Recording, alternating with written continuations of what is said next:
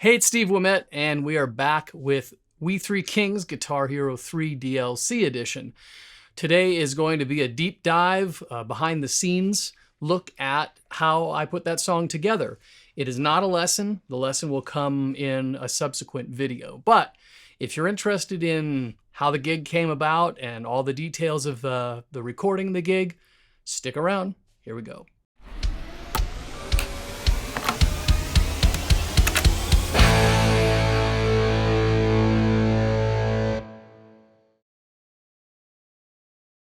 So, how did the gig come about? I was working on another game at the time. It was Rock Revolution from Konami, and Guitar Hero 3 was shipped and out, and it was getting near the holiday season, and I got a call from David Iskov over at Activision, and he asked me if I'd be interested in doing a public domain Christmas song as a Christmas DLC.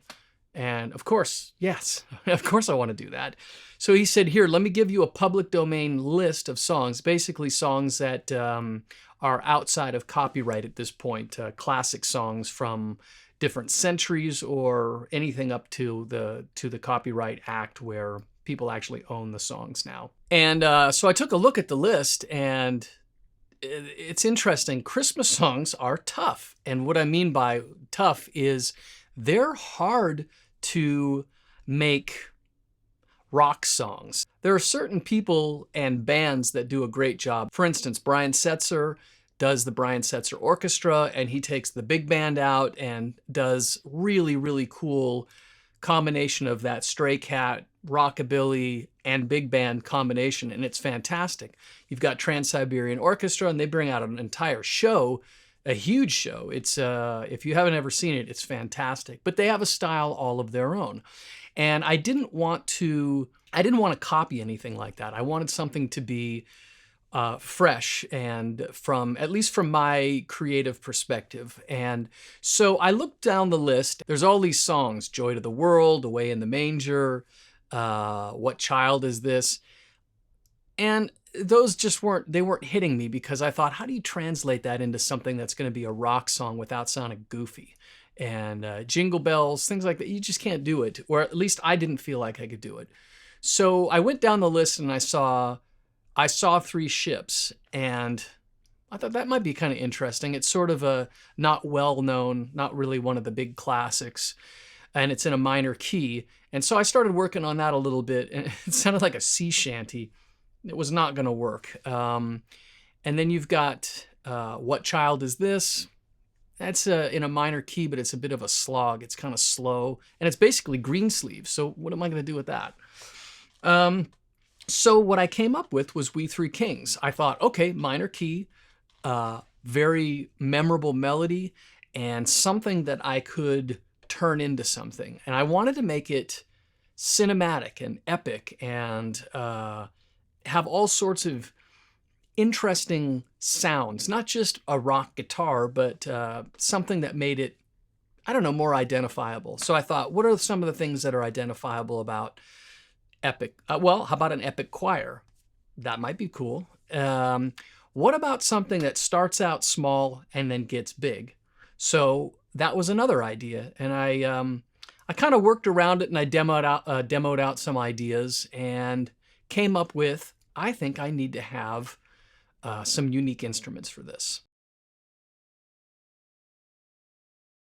What did I use? Well, of course, if you saw the video from, gosh, it's got to be like 11 years ago now, my playthrough of We Three Kings, I used a 2007 Fender American Standard Strat, just right off the shelf at Guitar Center, picked it up.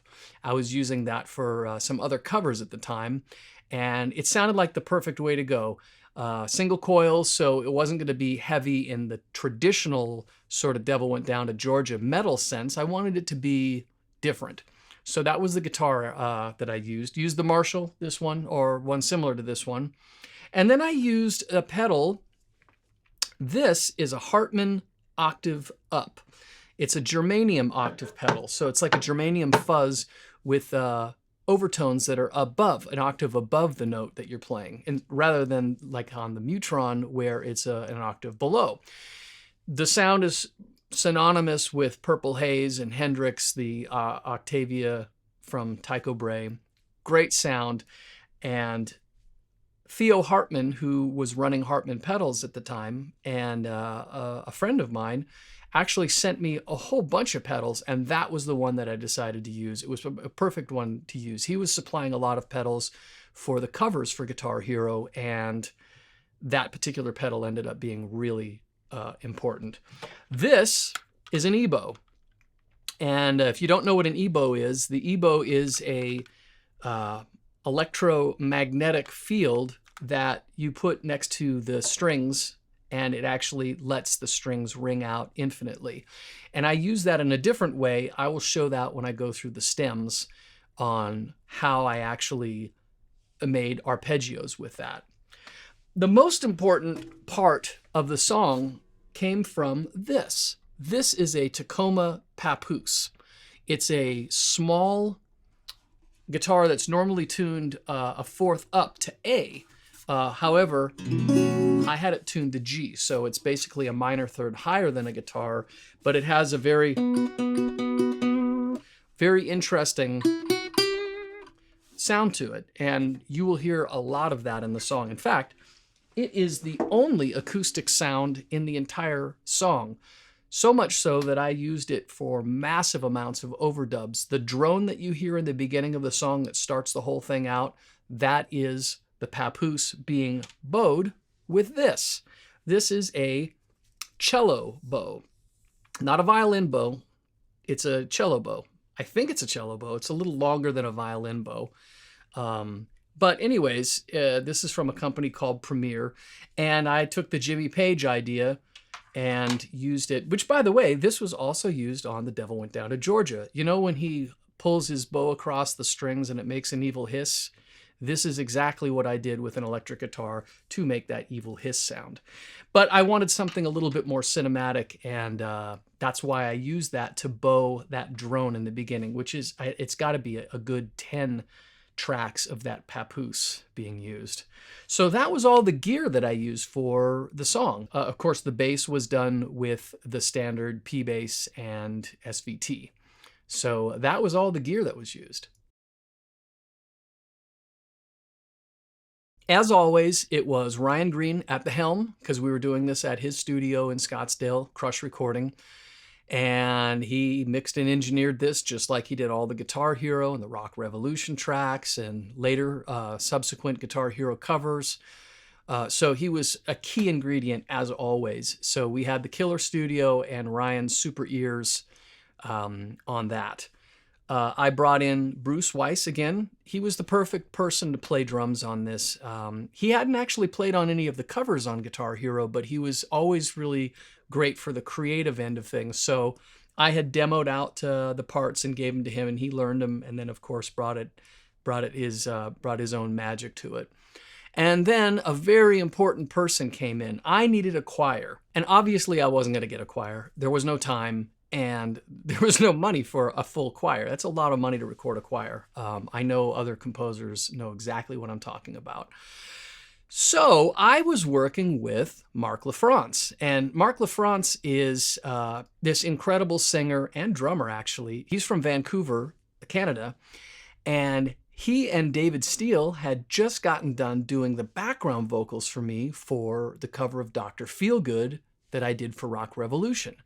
Now, the thing that's cool about that little backstory is that Mark and David were Bob Rock's Secret Weapon backup vocalists for a ton of records that Bob did, including Dr. Feelgood. So when you hear he's the one they call Dr. Feelgood, that is Mark and David Steele, along with some other people. And I'm going to bring the picture out and show you right here.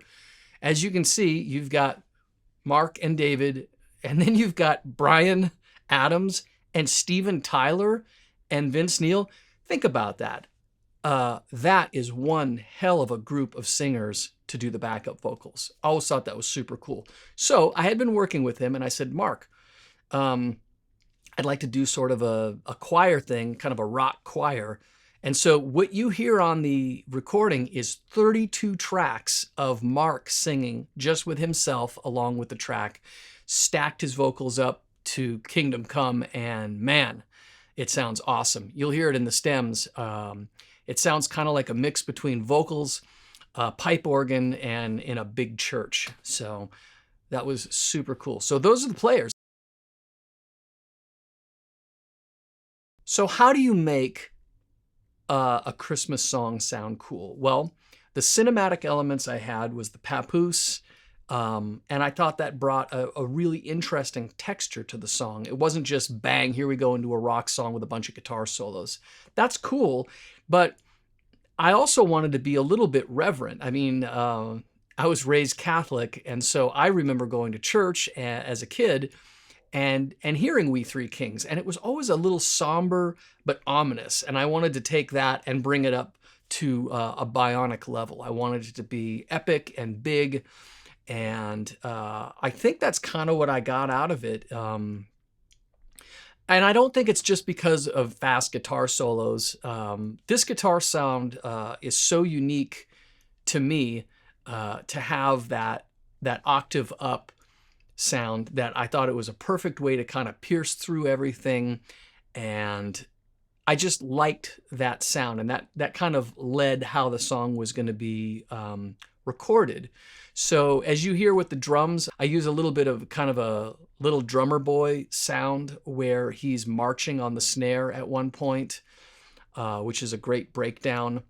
And then we get heavy, and the background for the solo is just single notes playing and a repetitive riff. It gave me a really nice wide berth to just rip on the guitar, and I thought that was a lot of fun.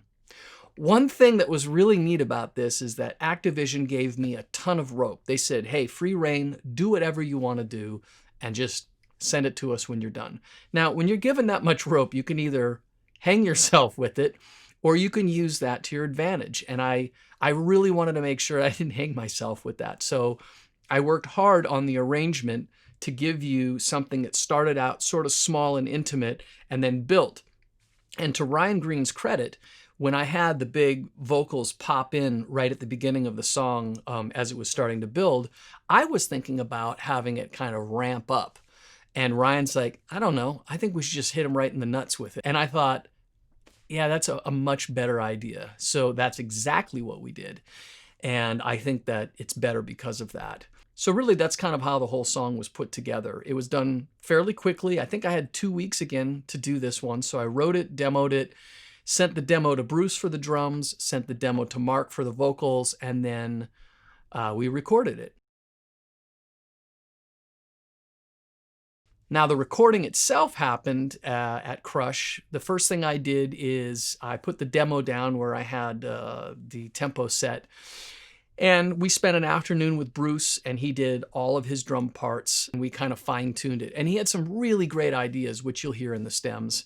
But it was kind of old hat at that point. He was really used to being in the studio, and we just knocked it out. So that turned out really good. Then I laid down the bass, and the bass it's a pretty simple bass part. I had the bass tuned B-E-A-D instead of A-E-D-G, so it was actually like a 5-string bass without the 5th string. It had the low note, and that gave me that low B because the song is in the key of B minor.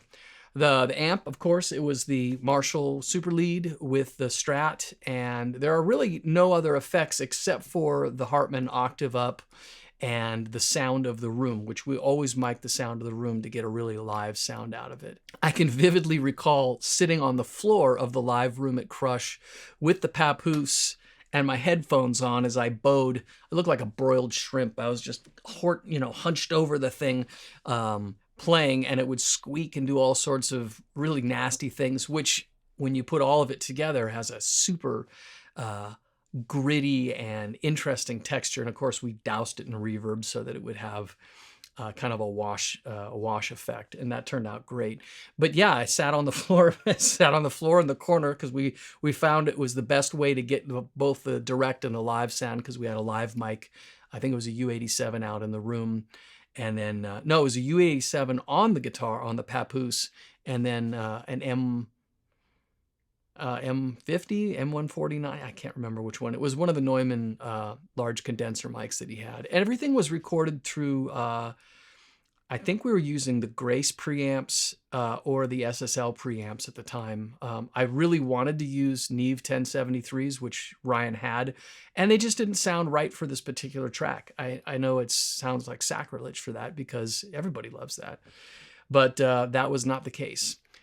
So that's pretty much how the song was recorded, and I am going to go now to the stems so that we can break down the entire track and take a listen to it part by part. All right, let's take a look at this. I'm going to go through everything from the starting intro part. First part we have are the bow parts, and this is really interesting because this is the papoose being bowed many, many times with a cello bow. I believe I had the strings all tuned to the same note, and it's just drowning in reverb, but there's a sort of an ethereal droning vibe.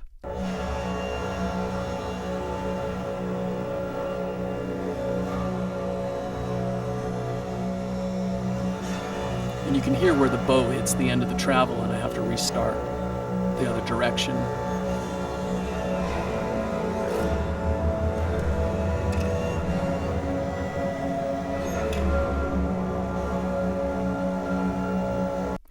The next part is the counterpoint, and this is, again, a ton of the papoose is playing all sorts of different parts that give you kind of a clock-like vibe.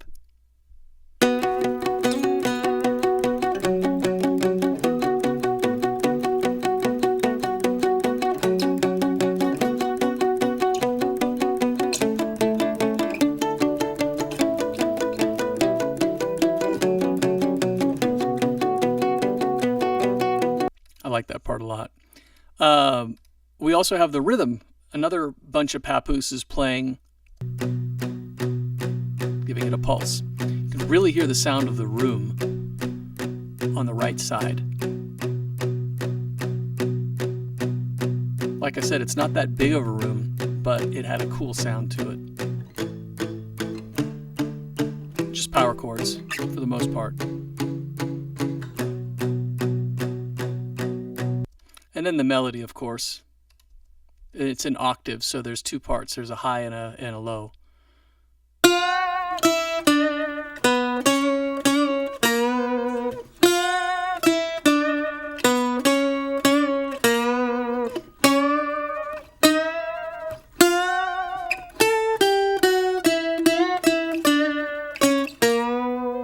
And when you put them all together, it comes out like this.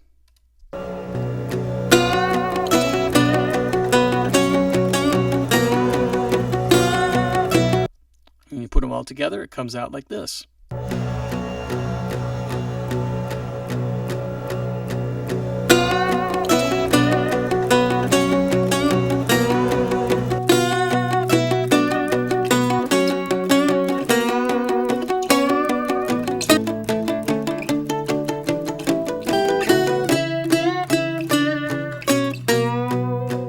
Every one of those parts is really important for the sound of that. They combine to make a really interesting sound, as far as I'm concerned. Then the next part we have here is the first time you hear the lead guitar come in.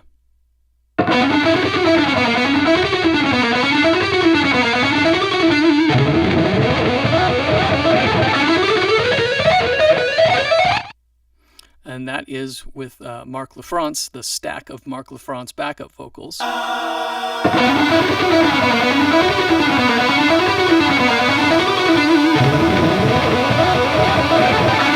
Of course, it wouldn't work without.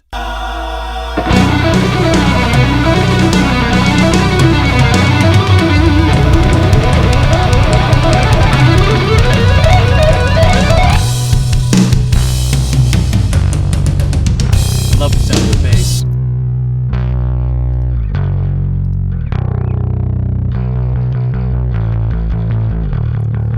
Really nasty sounding.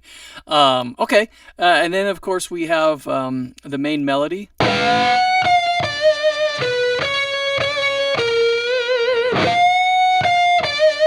Now, obviously, that's not the way the original melody goes in the song, but I changed the scale to be a little bit more exotic sounding.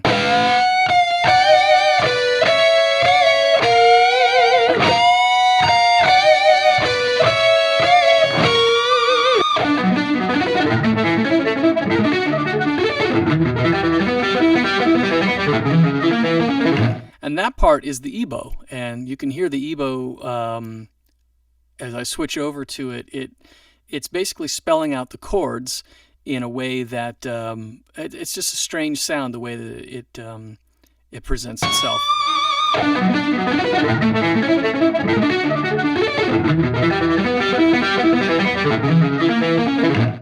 Not played very well either. Okay, so here's the arpeggios.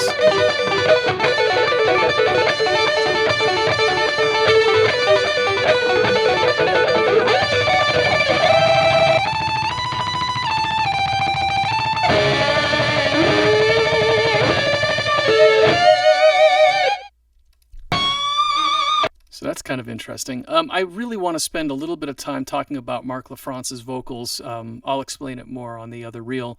But just listen to the sound of 32 tracks of one awesome singer.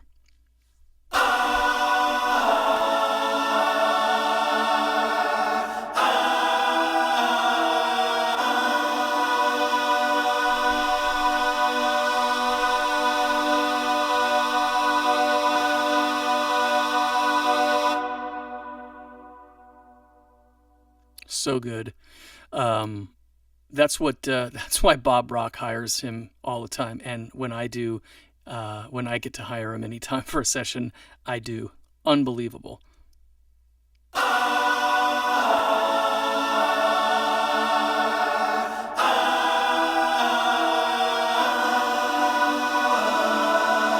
Love that suspension right there. Very much like a church choir, ominous, epic church choir of one dude who's just incredible. So the solo.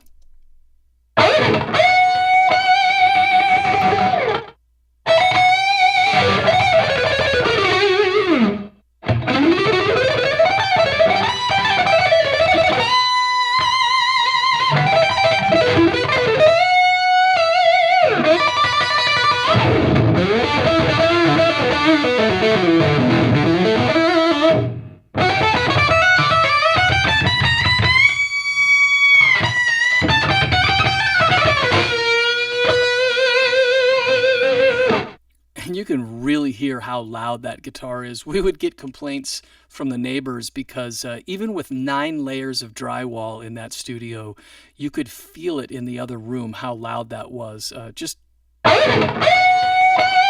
There are no effects, studio effects, just the Hartman octave on that.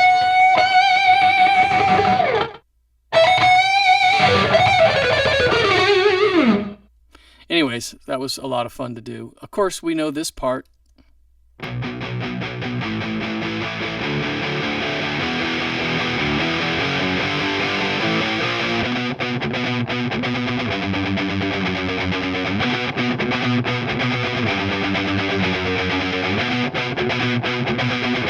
And that just goes throughout the entire solo. That's a weird part. That was just me using a Pro Tools effect that was sort of like a tape stop.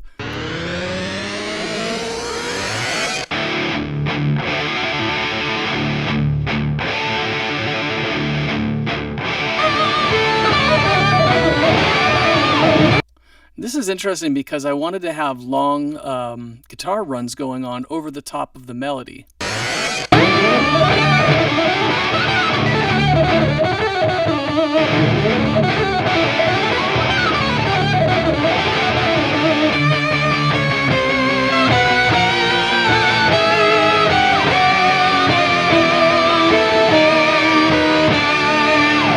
What was fun about that is I wanted a line that just kept on descending, and you can hear it along with Mark.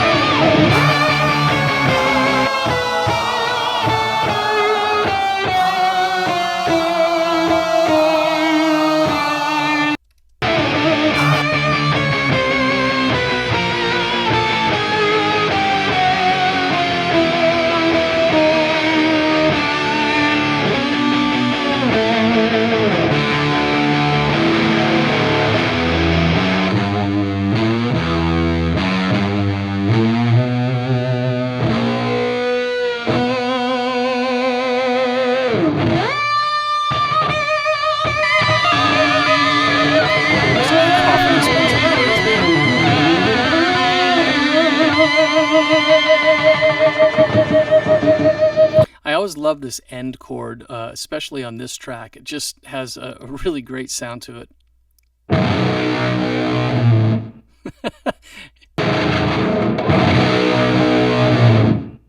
Really cool. And then, of course, the famous final.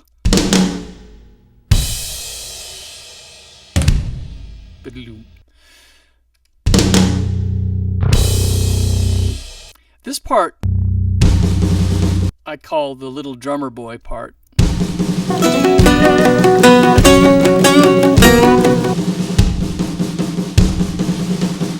of a march.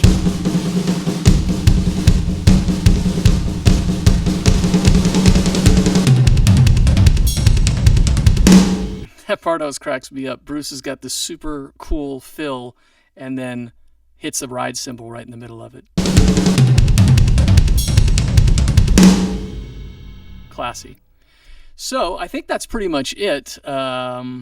Just once again, I want to point out the fact of how great Bruce and Mark were for bringing in so much. I guess you would just call it. To me, it was tangible how much they changed the sound of the song, and I'll have to play the demo of it so you can hear that too. But great players, and of course Ryan Green all over the place on this with his mix and engineering, just fantastic. And that's pretty much it. So that's how the song was recorded and put together and arranged. And I really have to thank Activision for giving me the opportunity to just have free reign to do something interesting. And I think it turned out interesting. I think that it's sort of stood the test of 13 years at least at this point, and people still talk about it. I still enjoy playing it. And speaking of that, the next video is going to be how to play the song. And I will show a breakdown of all the papoose parts, the bowing, how to play all the parts on the electric guitar, the rhythms, the strat, with the effect, and I might even show how to play the bass parts. It's not a hard bass part to play, but it'd be worth showing what I did so that if there are any bass players out there that are Guitar Hero fans, they can also learn how to play that. So I think that's it, and stick around for the lesson next time, and I will see you soon. Have a great week. I just found this. Mark LaFrance sent this to me. It's a demo that I did of the song with his vocals on top. Now, the vocals are pretty loud because he was showing me what he was going to do, but I thought it might be interesting for you to see a behind the scenes of the demo of the original version of the song before I actually went in the studio. You'll actually notice that some of the parts are from the final recording, so some of the demo parts worked out real well. Anyways, that's it. We Three Kings.